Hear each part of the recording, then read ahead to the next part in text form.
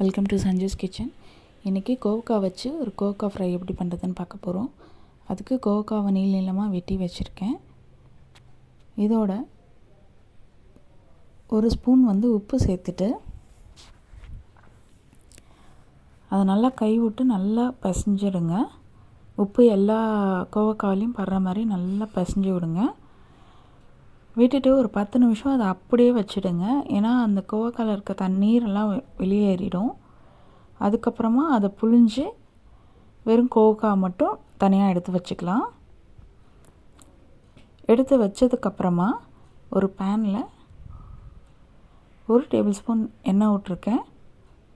எண்ணெய் சூடானதும் அதில் ஒரு 1/2 ஸ்பூன் கடுகு, கொஞ்சமாக ஜீரகம்,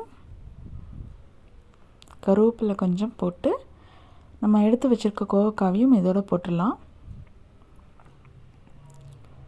போட்டு நல்லா மிக்ஸ் பண்ணிக்கோங்க எண்ணெயோட.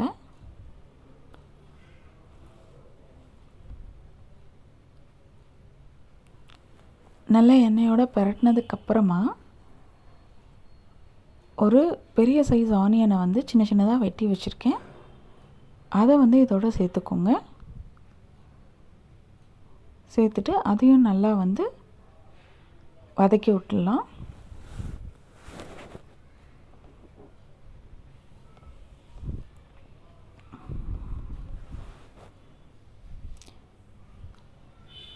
இதோட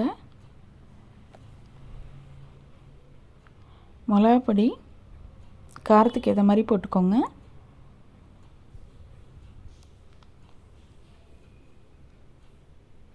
நான் 1 ஸ்பூன் மிளகாப்பொடி போட்டிருக்கேன்.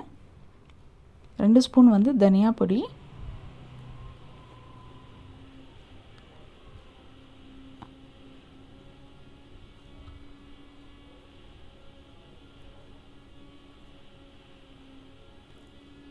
இதோட கொஞ்சமாக மஞ்சள் பொடி சேர்த்துக்கோங்க.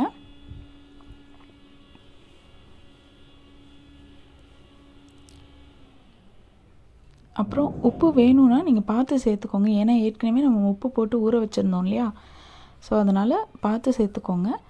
இந்த மசாலா போட்டதுக்கப்புறமா நல்லா வதக்குங்க. வதக்கி லோ ஃப்ளேம்லேயே வேக விடுங்க. பாருங்கள், இப்போ எண்ணெயெல்லாம் பிரிஞ்சு வந்திருக்கு. இன்னும் ஒரு 2 நிமிஷத்துக்கு நல்லா வதக்கி விட்டு வேக விடுங்க. பாருங்கள், இந்த மாதிரி ஃபுல்லாக வெந்ததுக்கப்புறமா தான் இதை எடுக்கணும். நமக்கு சுவையான கோவக்காய் ஃப்ரை ரெடி ஆயிடுச்சு. இதே மாதிரி நீங்களும் செஞ்சு சாப்பிட்டு என்ஜாய் பண்ணுங்கள். பிடிச்சிருந்தா என் சேனலை ஷேர் பண்ணுங்கள், லைக் பண்ணுங்கள், கமெண்ட் பண்ணுங்கள்.